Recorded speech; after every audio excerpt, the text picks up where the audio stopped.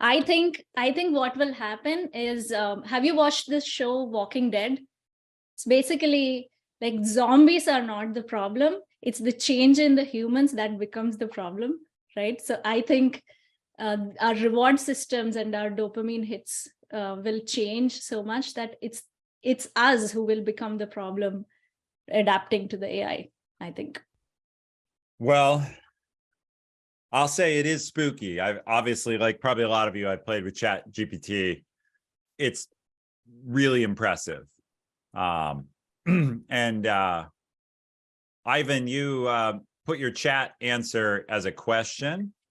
So I'm going to go ahead and dismiss that. But thank you for your good intentions. And it shows somebody found the question button. So let's go ahead and roll forward because we want to stay on time. So maybe I'll take this. Here's our agenda for today. I'm going to talk a little bit about how to manage up. Monica's going to talk a little bit, then extending that, building on it, on managing up, down, and across, because her expertise that she's bringing today is on difficult conversations. And managing up is just one kind of difficult conversation. There's lots of them. Performance reviews, that's managing down. Negotiations, managing across. So she'll extend what I'm saying and give you some advice on how to do it. Whereas I'm going to more talk about the why and the reasoning, as well as a little on how. She's going to share a couple point of view to make conversations less terrifying, and then some tools, and of course our courses, and then we'll spend a lot of our time on Q&A as we talked about. Go ahead. Okay. So this is my introduction. Whoops, that's all right. This is my introduction. I want to talk about two things real quick. My bio is on here. I'm not going to go through it. Most of you, many of you know me from there. You can find me on LinkedIn as Ethan Evans, if you don't know me. But here's why you should manage up. And then I'm going to get into more detail. But the key is some people have resistance to the idea of actively managing up to their boss or superiors on one of two lines of thought. They either think this is sleazy, it's manipulative, only they've seen other people behave badly and try to curry favor, and they equate any attempt to manage their relationship with their superiors to these bad behaviors of manipulation, currying favor, misbehaving. And that just isn't true. The way I would put it is, you have many key relationships in your life. You have your coworkers. If you're a manager, you have your reports, you have peers or collaborators, and you have your significant other. You invest in all of those, and you think about how to make those relationships good, yet not to be manipulative in them, hopefully.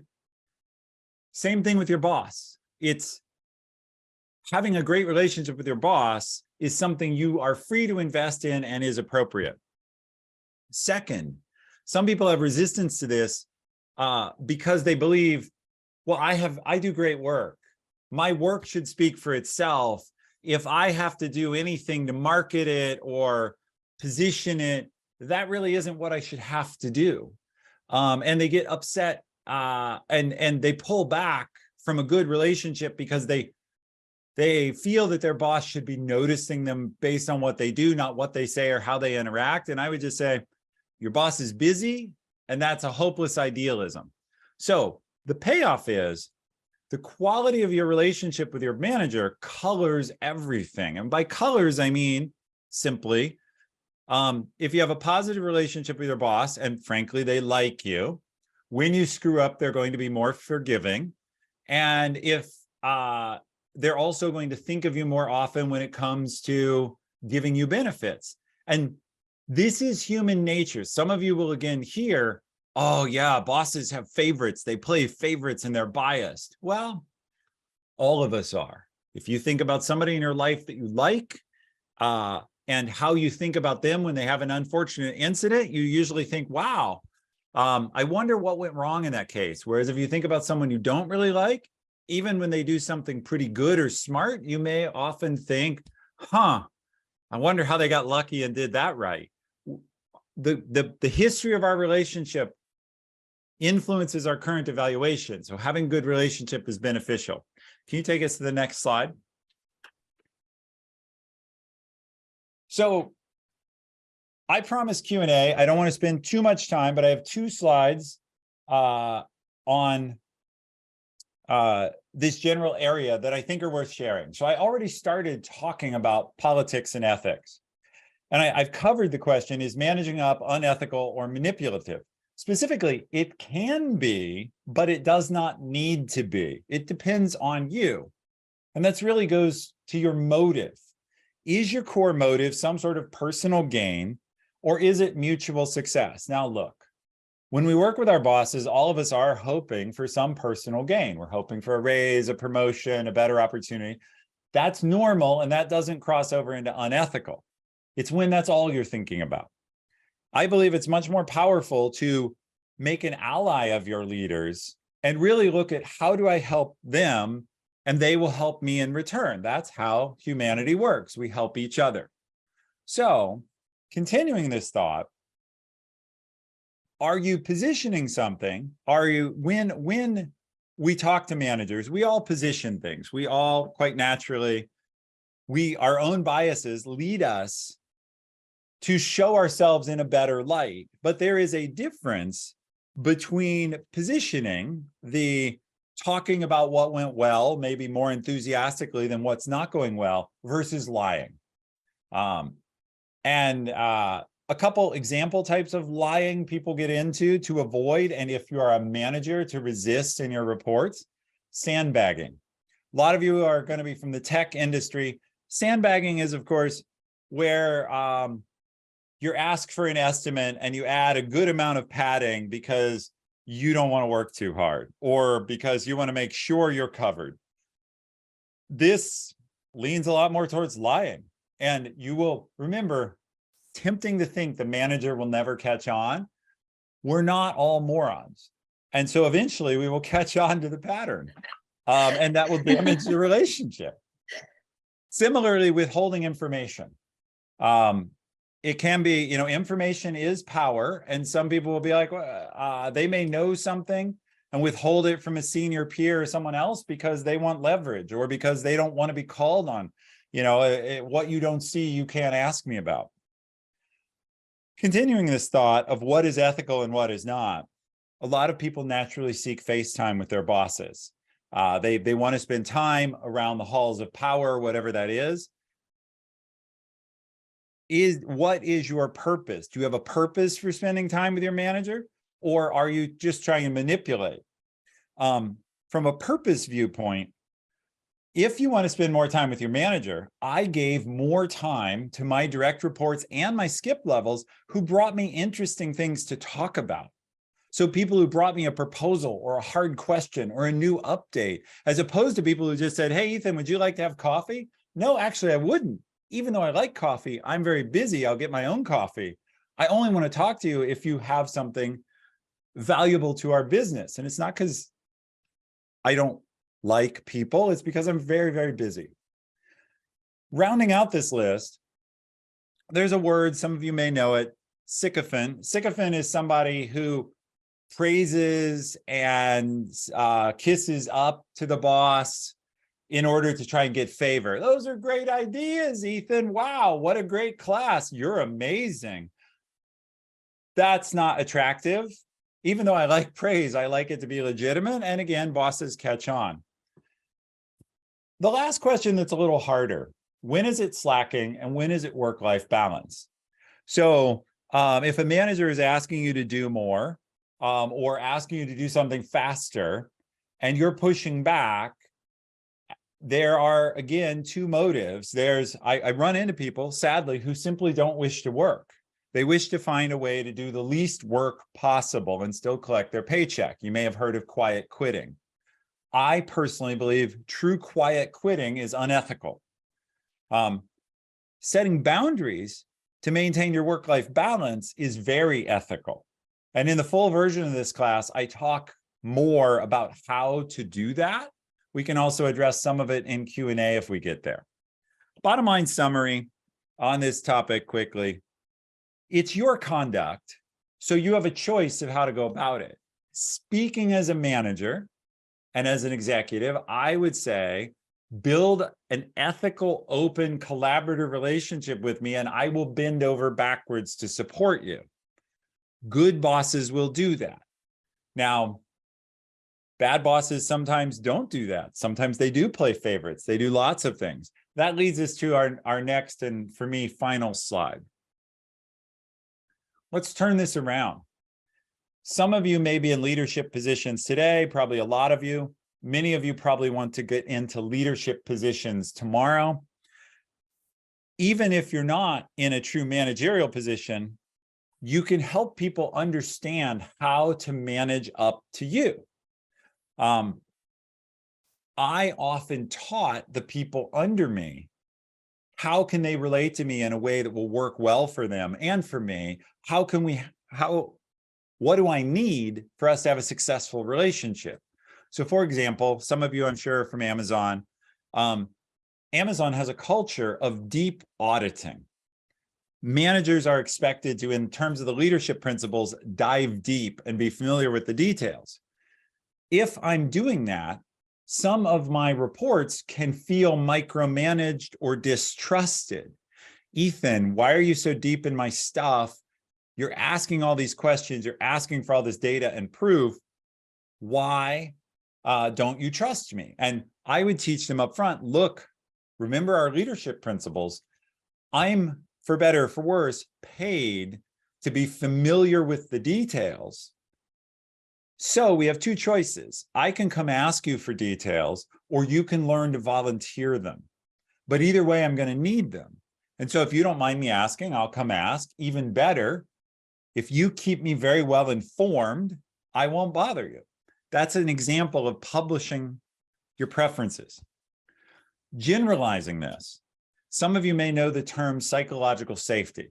Psychological safety basically means that you feel safe enough to be your own self, that you don't have to manage your behavior to avoid a negative reaction. It's a simple definition. As a leader, as a manager, even as a peer, if people are always afraid that you're going to go off like a bomb, or that you're going to judge them harshly or punish them or yell at them or any other sort of negative behavior, they will start massaging how they interact with you. And that will lead to less and less accurate information and can lead all the way to dishonesty. My best call is to say anything I think will get me away from you without an explosion. And so bosses sometimes create their own problems if they're too scary, because people will change how they interact with them, even to the point of being dishonest when they otherwise wouldn't. Same thing, avoid favoritism. I'm coaching a leader, and they have the challenge that they like some of their team members more than others. The problem is this is visible to everyone. And even though they're not doing it to try to play favorites, obviously, the people who are on the outside of that feel very bad. And so as a leader, it is important to avoid favoritism, even the appearance of it, if you can. Interestingly, that is distinct from top performance. One of the people who reviewed these slides for me commented and said, you know, I may be spending more time with that person. It's because they're delivering a lot. If that's true, as a leader or as a peer, you have to make that super visible, that I spend time with people who are delivering high-value projects. If you want more of my time, here's a way you can deliver more value. And that's okay. Some people will still call that favoritism. You may have to live with that, but that's the nuance. The last 3 points are all related. Be very clear as a leader or as a peer about your ethics. If you gossip, people will assume you like gossip, even that you're looking for it. If you manipulate others, they'll assume that you want to do it. Be clear about your ethics and reject poor behavior, and you'll get less of it. At the same time, if you are in a leadership position, I would say you need to expect some people to try to manipulate you. To that point, when I was posting about this on LinkedIn, I got some very long messages, even from some people I know, some friends who said, look, there's always a power dynamic. It's always about manipulation. Basically, I'm going to tell you whatever I think helps me. I have to do that to survive. You will have people who come to you and that's their mindset. You've got to be aware of it and try to resist it, because if you allow people to manipulate you or you react well to that, people do what works. They'll do more of it. So with that, this is like a quick view of managing up and a couple of the challenges. I have a 2-hour course I'm completing now. It'll be done and published on the 24th. It's available for pre-registration. I think the link was just posted where you can find it. If you're interested in that, fantastic. I'm going to give 2 full hours of deep detail about how you manage up well across many different circumstances, answering questions like, what do I do if I'm a remote leader? How do I make best use of my one-on-one? All sorts of circumstances.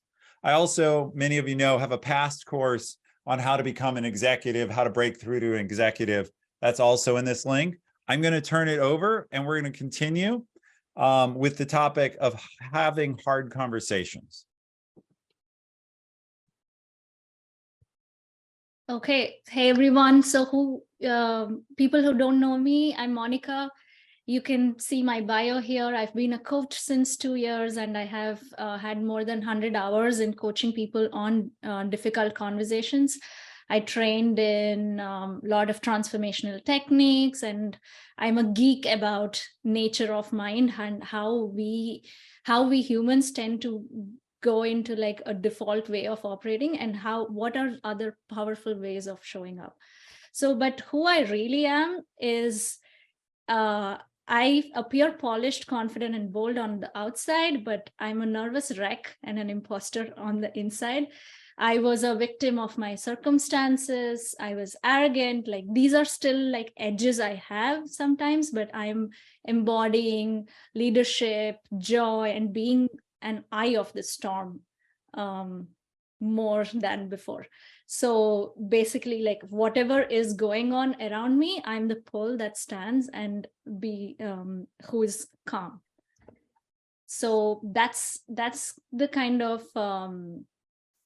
clearing, if you will, that I'm creating for myself. So tell me in the chat below, what is the one area you need to change for better executive presence? What do you think it is for you? Anyone? Yeah, just drop it in the chat.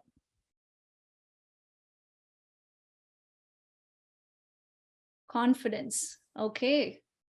What else?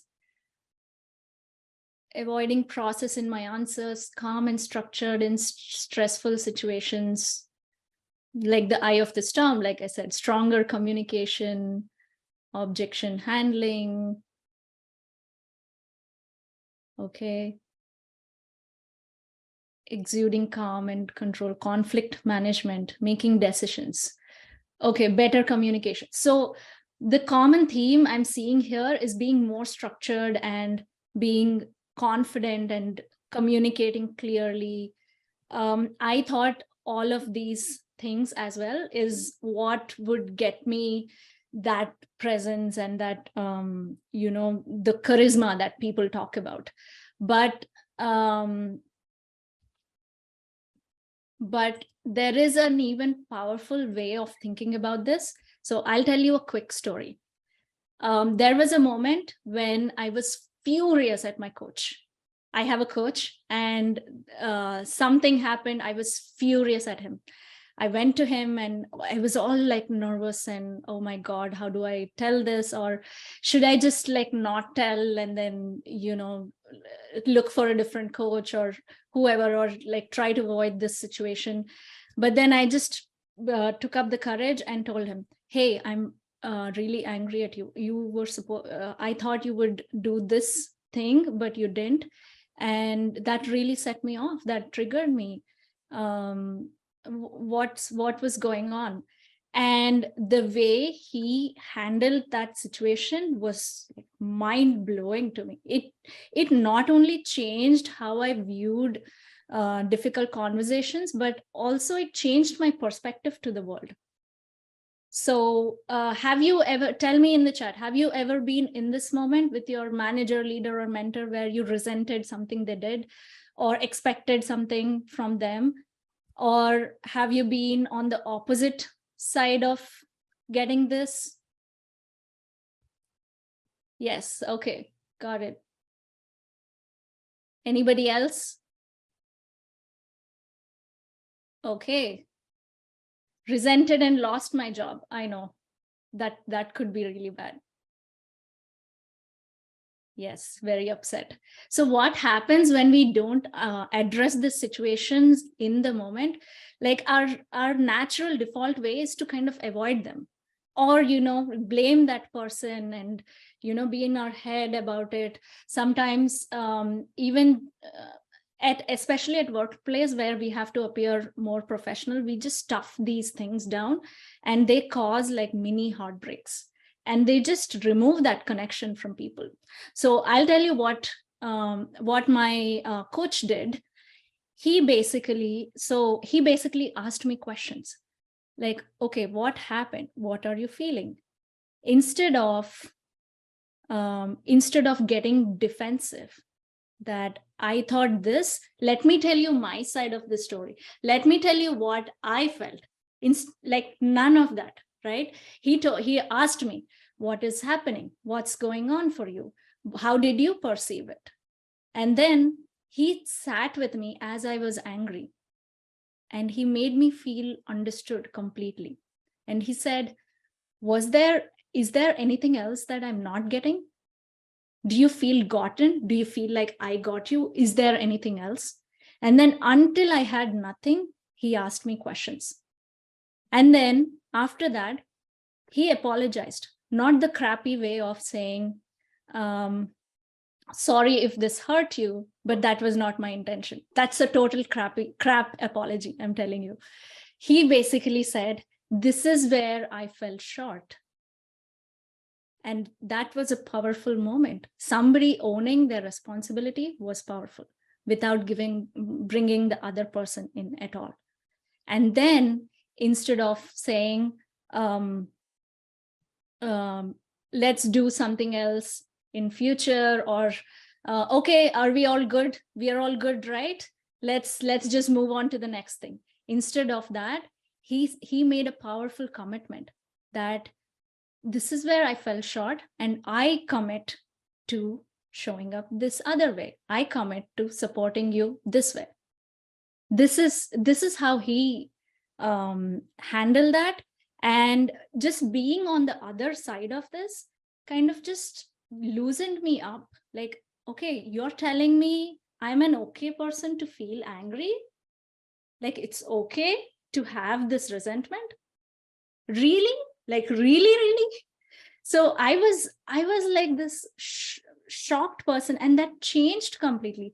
Before, I was avoiding conversations, and this moment changed me to get into the conversations.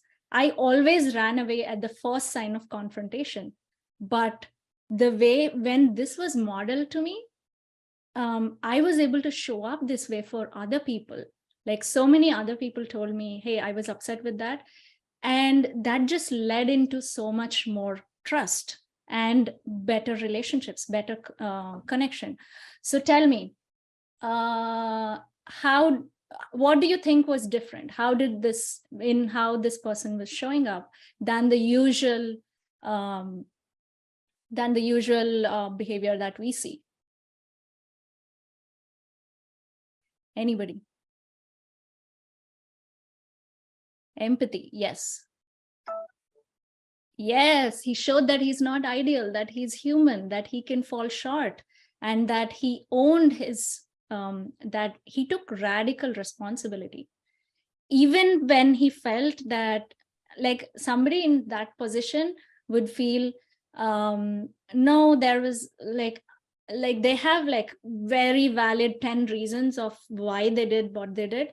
He chucked all of that outside and stayed there with me. He met me where I was.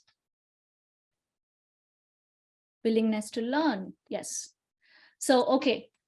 So I have 2 point of views for you about difficult emotions. We usually avoid them. We run away from them.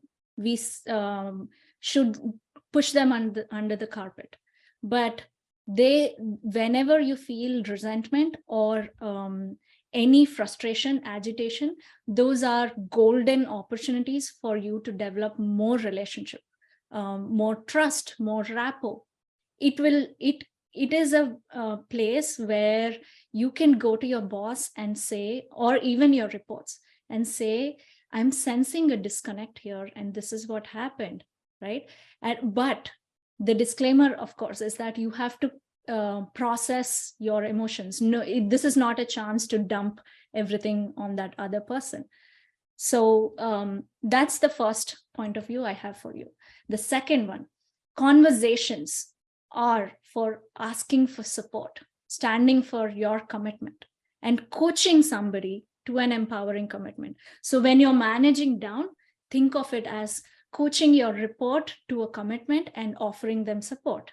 When you're managing up or across to your peers or your manager's peers, when you're networking, it's about asking for support again.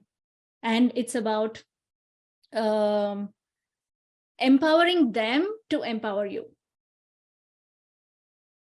So, but the default way that we have is that we think that the difficult conversations are to have people be okay with how we are, like get an apology or clear your name or meet your agenda.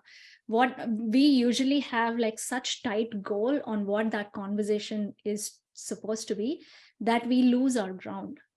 Instead, if we go open in terms of support and commitment, that's when it will be a powerful moment. It will cause powerful moments of inflection moments for you. I was trying to find the right word. So in other words, I think executive presence will be, there are many definitions, but will be enhanced so many times when your capacity to have people be exactly as they are. Like the world around me can be exactly as it is. I change how I show up. I change how I talk, how I ask for support, how I inspire commitment from people, how I inspire change from people. So what Ethan said about politics, about manipulation, these, like, it's very easy to sit on, like, be an armchair critic and say, oh, those people are playing politics. I don't want to be there. But it's like, take full responsibility and see how you can show up differently. So I've got some tools for you. First is basically have your leadership manifesto. What do you stand for? What are your principles? And then have clearing conversations with your reports, with your boss, or with any of these peers that you are kind of agitated about, like they're stealing my work or whatever that is. Set goals, set agreements, commitments, and support. And then learn these skills, make people feel heard, own your own impact. And as you are taking risks into these conversations, obviously you will make mistakes. You are human. We don't know the right words to say sometimes, and our subconscious patterns drive us. So learn how to clean up your messes, and learn how to come, like, lead with a coaching style leadership. So my course is about that. It's very practical. It only basically, we'll take a conversation that you were agitated with in the past, or you're kind of not saying what you're supposed to say, that will have you show up powerfully. We'll take that and I'll help you turn that around into something that will work for your career, and that will have you really feel good about being on track. So it's 2 weeks. We have 4 live sessions. You can find more details in the link. I'll share that link quickly with you. Okay. So who is it for? It's for experienced managers. It's probably not suitable for new managers and ICs. You are having these persuasion, influence, and alignment conversations, and they're causing you stress, draining your energy. That's what it is for. We'll dig deeper into why you do what you do. It's you'll get nuanced feedback and coaching from me, and we'll do a role play with scenarios, and there's only 10 spots left. So if you want to dive deeper into that work now, reach out to me.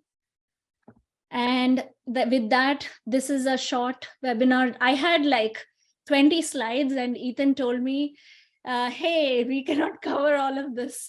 So I really want to help people. I have a lot of stuff, but I didn't share that. Perhaps I'll email with all of those other resources. But for now, you can find the links here. Let's go into Q&A. Sweet. So I mismanaged the Q&A tool, and by answering a question in writing, I managed to remove it from the vote queue. So it had the most votes. I'm going to take that one first, and then we'll go by the open questions that have votes. The first question was from Iga and was how to disagree with executives, ? So obviously a huge, broad question. But I was talking about managing up, and I have been an executive and I coach executives. Part of it depends on their personality. You do need to read the person. However, the basic rules of disagreeing, number one, if at all possible, pick a good time. In other words, if the disagreement happens in a meeting, you may have to address it there, and you may not have choice over the time. But even there, you can say, could we take this offline? We seem to have a disagreement. Could we take this offline? Someone else asked the question, what do you do when you're in front of a lot of people? That same, if you can take it offline, or can we table that and discuss later? Those are good tactics if possible. If you need to disagree, there are two paths I feel you can take. One of them is you can go softer and say, I have a different perspective. Could I share that? And so you're asking permission to disagree and getting them into a discussion framework. Or I have another view. Would you be interested in that? And often even jerk executives don't want to say in front of people, no, actually, I'm not interested. It just looks bad for them. So even if they're not super interested, they may give you permission, and that giving permission makes them more open. The other way to disagree, if you have your facts straight, is to straight up say, I'm sorry, I don't agree with that, and I have the data. Or, I'm sorry, I don't think the data shows what you're saying or supports what you're saying. I'd like to share that. But that straight up disagreement better be over a set of facts. Remember, executives are human. They have a big room. Many of them feel the need to be in charge. If you're going to challenge them, different cultures have the notion of saving face. If you put an executive in a position where they feel they're going to lose face with all their direct reports, it's very difficult and takes a big executive to admit that they're wrong.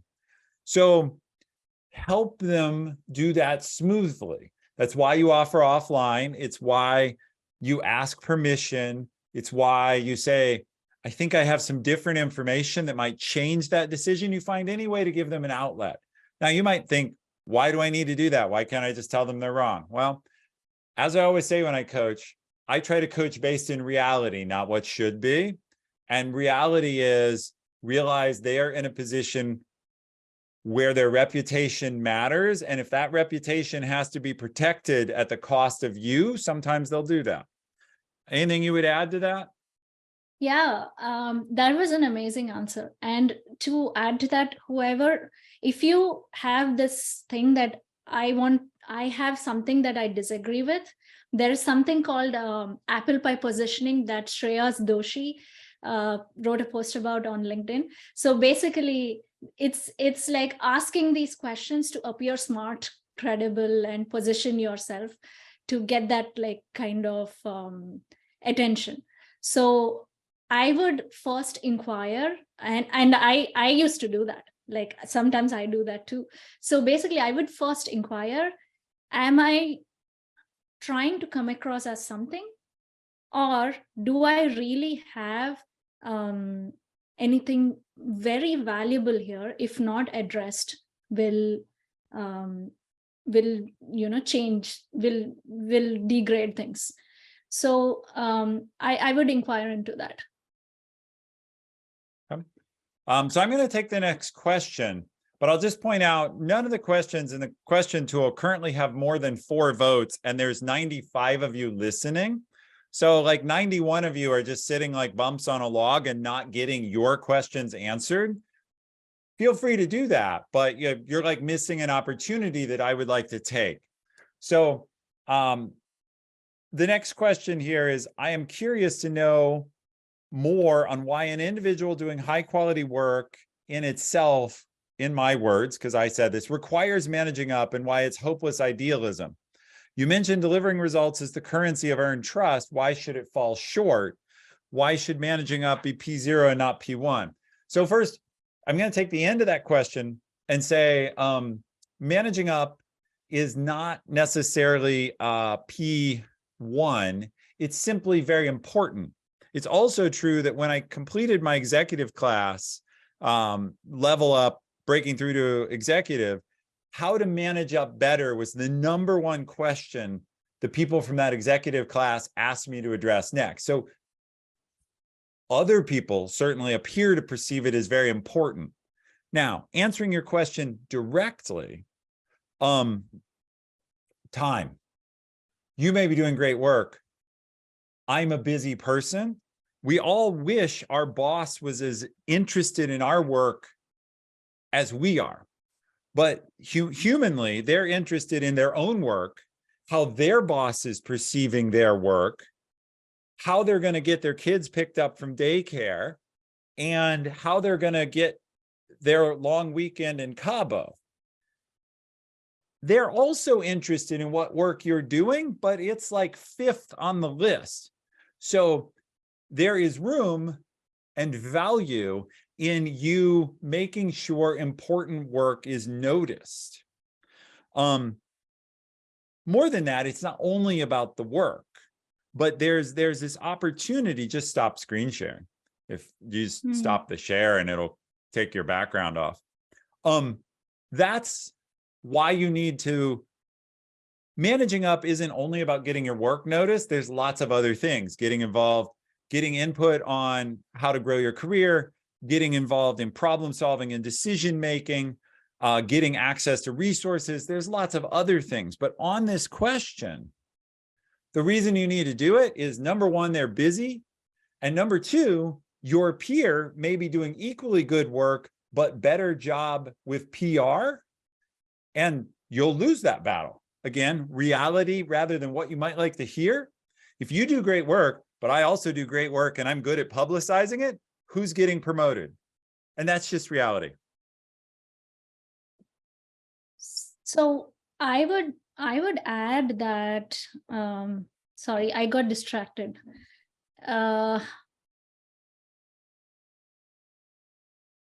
Yeah, there is this notion, like we get into this default idea that let me just work hard, put my idea into the universe, and let the universe take care of me, right? That doesn't happen.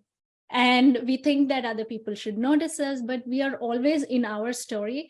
Like one of my teachers and mentors calls this, we are in like the me show, and everybody is in their own shows. So don't think of managing up or across as like something you have to do. It's a new way of working. It's a relationship based work rather than when you're an IC, a siloed work. So that's the kind of mindset shift I would recommend.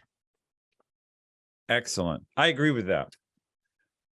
Next question is, when you're put on the spot by a difficult question in front of 10 to 15 leaders, how do you manage this situation, specifically when you don't know the answer? There are 2 pieces to this. I addressed a little of it earlier, but if you don't know the answer, you're going to have to say, I don't know. The best answer when you don't know is to own it. And you say, I don't know. We'll get back to you promptly. And that'll be this day or this time, or give me an hour, or the point is you own that you don't know, and then you quickly state the follow-up plan. And then if the leader keeps digging, there's nothing, like, that's a bad leader at that point. There's nothing you can do except share maybe what you do know and say, as I said, I don't have a full answer for you. Let me share what I do know now. You can try to dig out of it if a leader is just planning on, and hopefully, I talk about this a lot. If you end up with a truly worst case scenario where you have a leader who just wants to humiliate you, it's time to get a different job. Okay. And there's a whole other discussion about that. But assuming you have a somewhat reasonable leader, you're going to have to tell them you don't know. Now, a difficult question in front of 10 to 15 leaders, the bigger question you should be asking yourself is, should you have known? So you may look like a fool or uninformed in front of those 15 people this one time. A good question is, did you honestly do the preparation work? Because we all get caught out not knowing things occasionally. You have to ask how often that's happening. And if it's a lot, either you have a boss who isn't a good boss and really likes to zing people, or you need to do more prep, right? Top performers are on top of their data and their information. So I know that's a high bar, and I know it's a pain and takes a lot of work. That is kind of the expectation of top performers. And so, that you may need to do more homework. Actually, Ethan, I would disagree. Great. With the homework part, because like most people, most high achievers over prepare and like trust themselves less. Okay. And why you get tongue tied? I have like multiple people come to me and say that I get tongue tied in a room full of people, one-on-ones, I'm great. What's happening, right? There is like a subconscious story going on, right? And those stories are like have you in these defense mechanisms where you don't speak up in those moments, though you know the answers, right? Anybody kind of had this experience where they know the answer, but their mind just went blank in that moment. But then just outside of the meeting room, they have like 50 different ways of framing that answer, right? That happens because of fear. And it's not just like imposter syndrome. It's a much deeper thing. So how much ever you prepare, how many ever words you have, it's like putting red velvet cloth over a pile of dirty laundry. So what you need to do is get to these stories and then shift them in the moment. I'll tell you my stories. My stories are like, I'm unworthy, I'm not good enough, I'm broken. Anybody watched this movie, the new Ryan Reynolds one, Spirited Away? I'm irredeemable. We all have stories like that.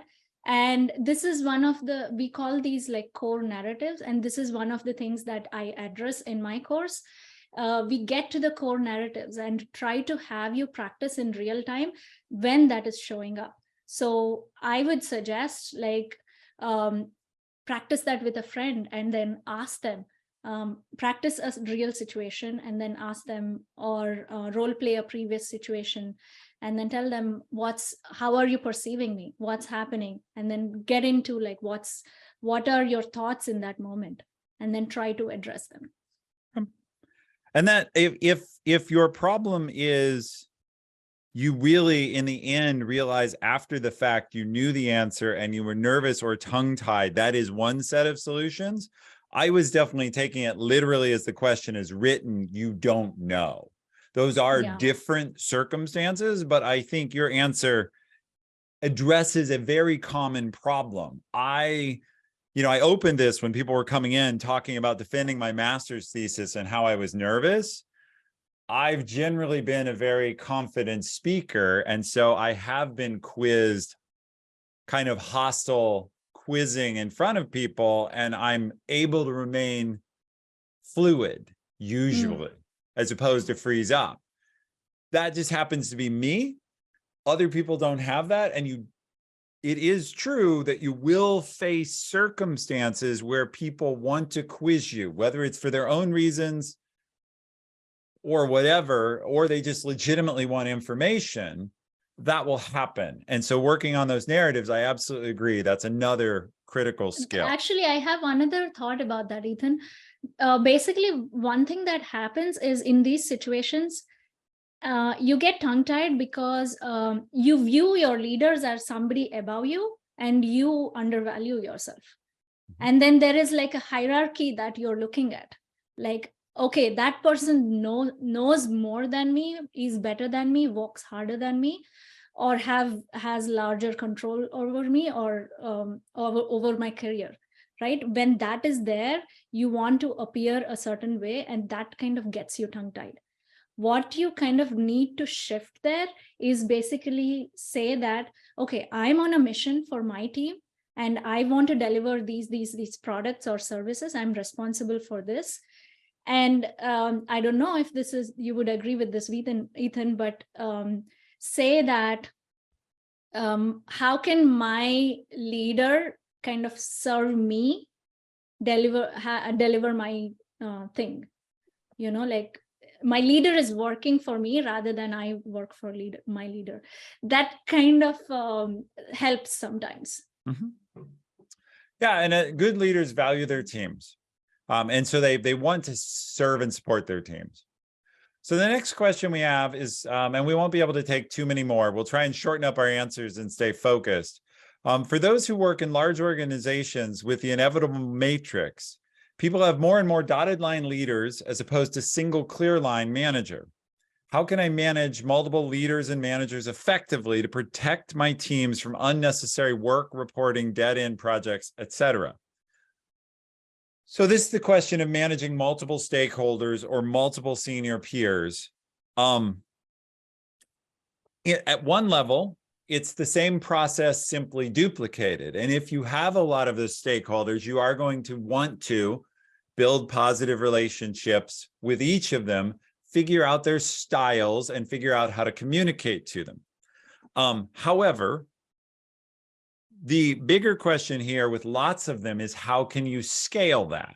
And scale mechanisms are, of course, hold an update meeting, hold the sprint planning meeting if you're in a technical world, try to bring them together, or try to address them with a mass mechanism, put them all on a status report, put them all on an update. The idea of collecting them up is it allows you to talk to them all at once, and it ideally allows, if you want to look at the dark side, people always are looking kind of at, this is a little bit of a negatively framed question if I have this problem, you let them fight it out amongst themselves rather than putting you in the middle. So that's the negative or dark framing. But the way to handle this is to start thinking about scale. How do you bring them together so that they are not hitting you up one-on-one in the least efficient manner? I have nothing to add. Let's go to the next question. Okay. Well, this one is addressed to me. I will address it quickly. And then since we have limited time, you should be able to see the list, Monica. If there's one you want to take, you pick it next. This one says, Ethan, putting on your Amazon VP hat, you have a new director. What are the top 3 tactical actions your direct report can do quickly to build trust with you? Number 1 is learn your area and be on top of your stuff. So the trust buster is if I have to worry about you. So focus downward quickly and demonstrate that you have at least basic reliable control of your own area, because it's going to be hard to build trust with me if I have to worry about you or there are mistakes or problems popping out of what you own. So that's number 1. Number 2 is going to be asking me about my style, asking or noticing or opening that discussion. essentially of how can I help you? What can I do that will, what do you need from me in order to do your job better? What are you looking for? So give me a chance to give you input on what I want. That's number two. Number three is now show me you're bright. Once you're doing your job and you're trying to help me and you're trying to work with me and you've shown openness to that, take an input, ask for input, then number three is do something remarkable. Doesn't really matter what. Bring up a new idea, hire a great person, give a great course, invent new technology. I'm simply looking for what makes you above average, what makes you someone I should invest my time in. Those three things. Okay, so one final question we'll take and we'll wrap up. What are some techniques to handle extreme stress in your personal life and not having it bleed over into your professional life? This is a great question. Please Yes. take it. You go. Okay, so whatever is having you stressed out in personal life is likely your blocker also in your professional life. So how you are in one place is how you are everywhere else. So it's a very annoying answer, I guess, but I would recommend seeking help. However you see fit. Best is to work with a powerful coach who can tell you how you are, who can reflect back to you how you're being, that your personal life is being extremely stressful to you. So your professional life is not just about just working and getting tasks done, right? You're spending so much time. And sometimes it happens that your relationships are very strained, but know that you are one person, right? And it's always, the work is always over here. If you're able to address that work, you will also be better in your career. Okay. I think you answered that well, so I'm not going to jump in. I've been banging away quickly on a couple of the other questions, answering them in text. So if we didn't get to your questions, I've answered about some of them in text. You can go read them. So I'm finishing that in my brain. So Monica, would you post the link where people can follow up one more time? And I'll kind of close for us. Look, we appreciate all of you coming here. This is the first time we've done this, and we want to do it better. You will get a survey after this, which will ask how we can do better. Please be gentle with us in the sense of, you can think we did a great job, you can think we did a terrible job, but if you want to suggest improvements, tell us how to improve. Because we actually would love to do a series of these over time, get better at them, bring you excellent content. And it's fun for us. It's fun for us to get together, answer questions. As you can tell, Monica and I come from very different backgrounds. We not only, of course, have our careers taken different trajectories, but the way we approach problems in coaching is very different. Monica has these deep mental models. She's coached me. She has these deep mental models that go into how you think and what you feel and what's going on below the surface. Me, I'm much more like a consultant. I'm the answer guy in terms of, well, here's what I did when I was doing the line work. When I was an executive, here's what worked. Both perspectives are extremely valuable and we complement each other. So we would like to learn how to do this better. We really want your feedback. So if you see that survey on your screen when I hit the end button or in email, please give us your feedback. We want to help. Anything you want to say in closing? That's all. And just reach out to us on LinkedIn. I also posted our email IDs, and I personally respond to everyone. And if you want to acknowledge us, I will not make that promise. Sorry. If you want to acknowledge for us for this session or anything, any other questions you have, any help you need, reach out and we'll help you out. And reach out on LinkedIn. I'd be so glad to connect with any of you. All right. And with that, everyone, thank you so much. Talk to you soon.